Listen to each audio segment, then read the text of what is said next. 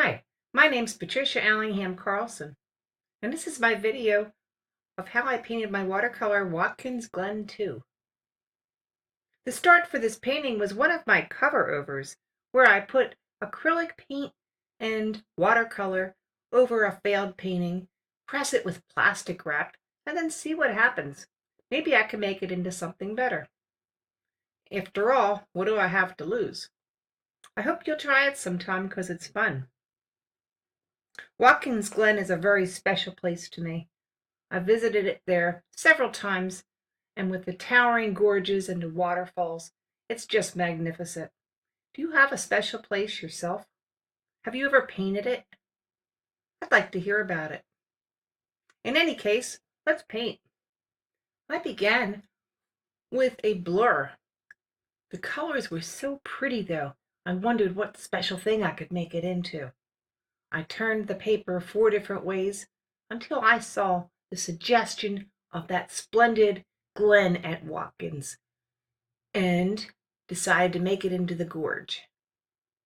I needed some white acrylic paint and some white pastel to sketch. I also needed to use a lot of white gouache. I pulled up my reference photograph from when I was there at this place in New York and began to sketch out the gorge cliffs. When you're using pastel on this kind of paper, it's pretty easy to change it around and to erase it, and pencil lines just would not show at all.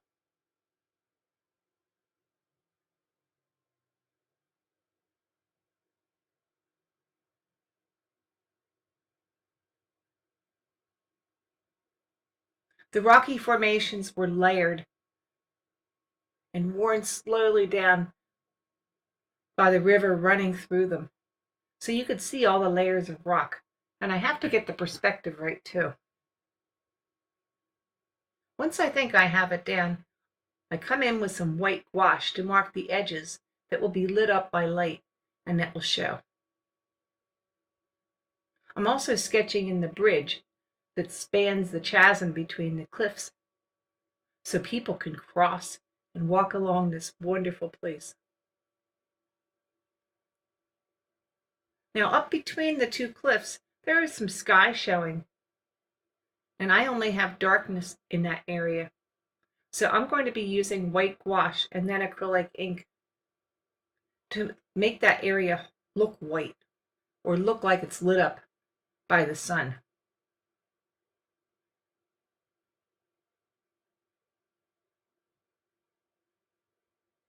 There was a lot of prep work for this painting.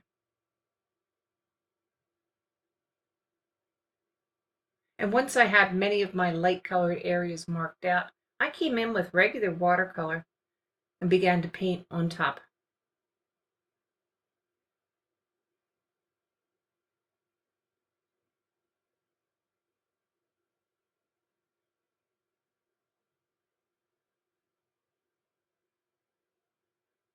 Painting in the light areas was first for me, and then I began to work on the dark stone of the cliffs.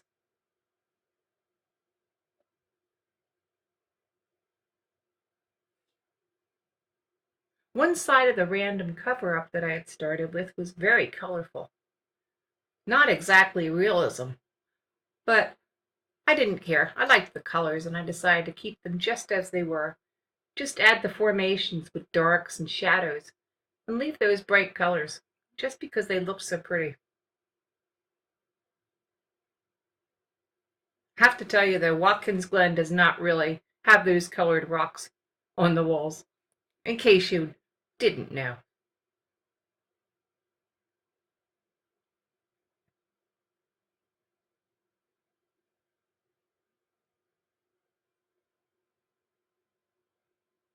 The scene I'm painting is probably one of the most famous of the entire area. It's where there's a huge falls that goes down between the cliffs and gathers in a pool and then runs off into the further stream going downstream. And there's a bridge that builds over the chasm. It's very, very high, and I was a little afraid to cross it. But I did it. So I'm building the structure of the walls and the bridge. I'm beginning to show the water in the pool at the very bottom. After I have the rock structure formed, then I'll put the waterfall on top as it winds its way down between the walls. So I'm doing a lot of shading and a lot of stratification of the rocks, showing the layers with darks and shadows.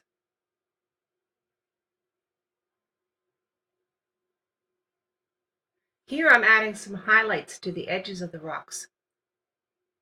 So different areas of overlapping rock will stand out from what's behind them and what's recessed.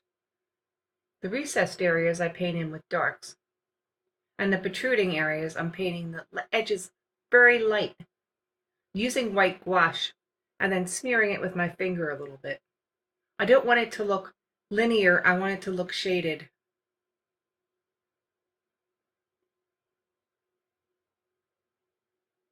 I'll put down light on the edge, bring it inward,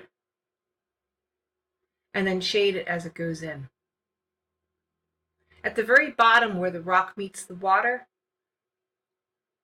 I've painted the water or the rock in very dark because the rock is wet there and it should be dark.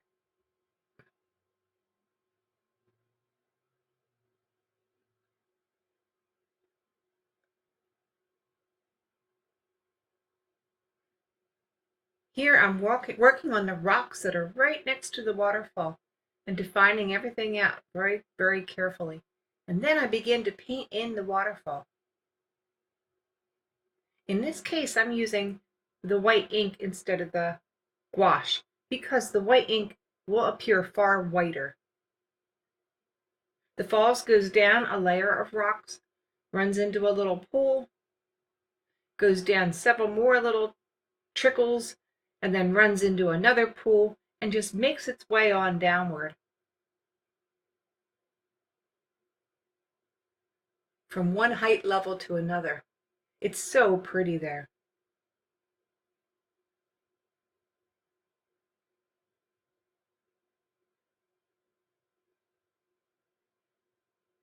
It's funny, when I began to paint waterfalls, I usually made them sort of blue. But if you look at waterfalls, the majority of the color is white or a shaded white, because waterfalls are made of water filled with air, and that appears mostly white and foamy.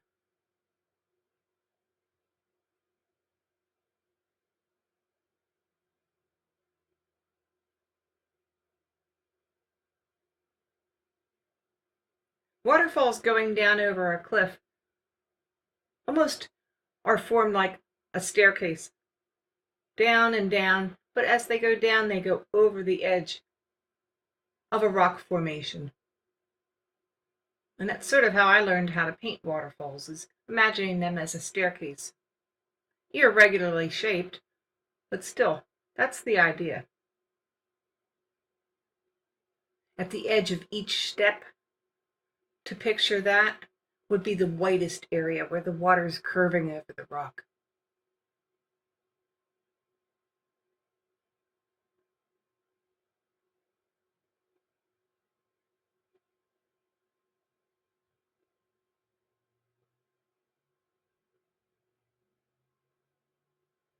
Painting this fall was probably the most fun I had in this whole painting. Now I'm back to using my gouache to form out the rocky formations on the right-hand side. Here's the story. The white acrylic ink is not malleable. Once it's down, it is down, and it will not be moved. Whereas with the gouache, it can be lifted with the watercolor brush in water. It can also be mixed with colors directly on the paper to make a lighter shade of whatever you would want to paint. So that's why I use gouache when I want to blend a little bit or have the possibility of lifting color. And I use the white ink for the brighter white. and when I'm more sure that I want a very, very bright white color. I continue to both highlight and shade the rocks. And here I'm bringing in some burnt sienna and some yellow ochre over the green to tone it down a little bit and make it look a little bit more rocky and less like grass or moss. But remember, these were the colors that I had put down to cover over another painting, and they were already there. It's my choice to make use of them or to try to blend them in better.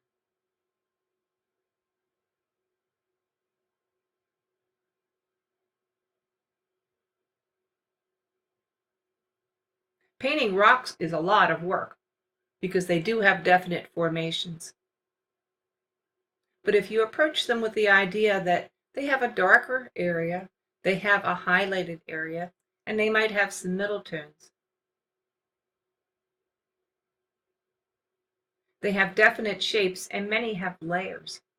And if you can approach it with that thought in mind, it might give you an easier time as well.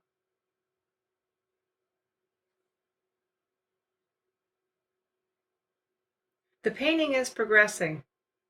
I'm tweaking, I'm adding shadows, I'm adding darks. At the end of each painting session, when I'm taking a break, I will evaluate my painting and see what's lacking,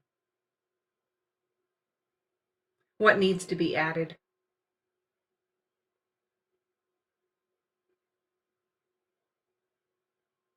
So here I'm adding some more highlighting on some of the edges of the rocks to make them stand out a little bit more.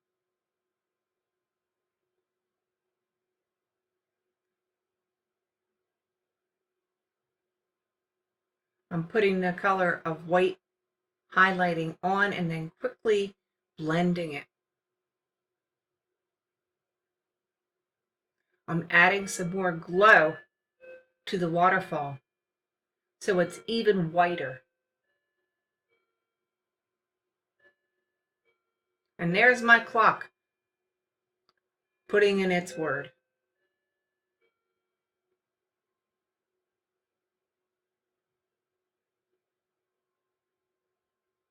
Sometimes several layers are needed because the white ink will actually soak into the surface a little bit. So once it's layered, it becomes brighter and brighter.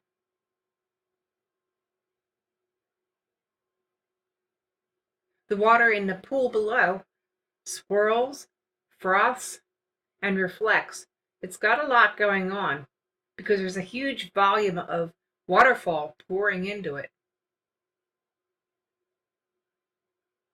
So I'm trying to show both the froth from the falls and the reflections from the cliffs around it and the other colors that are reflecting into it. It's very dark on the edges close to the cliffs.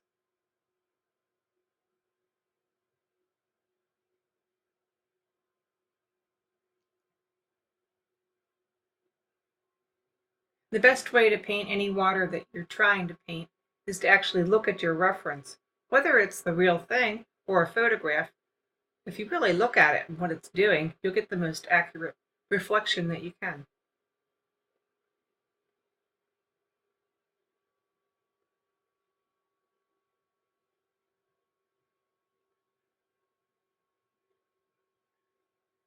At this point, I'm adding strong lights and I'm adding strong darks and shadows. And for this painting, I did use black watercolor, because I also used black ink when I was forming the overpainting and covering up my failed painting in the first place.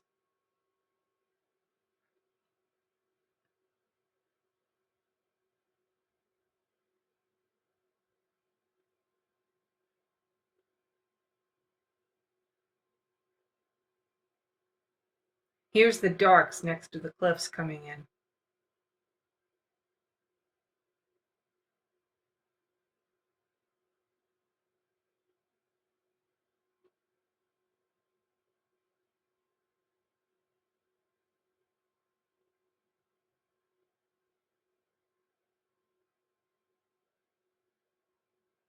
At this point, I'm forming some of the final rocks in the close foreground on the lower right. I'm giving them some stronger darks. And then I'm doing the same on the left.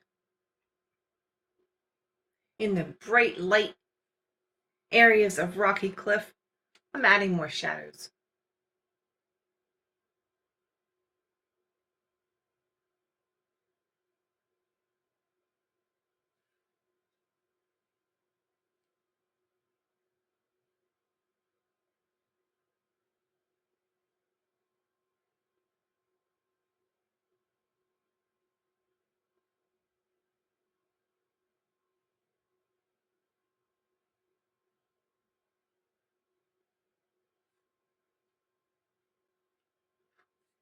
Now, when there's a whole lot of rainfall, the water actually drips down from the higher rocks all the way down into the pool.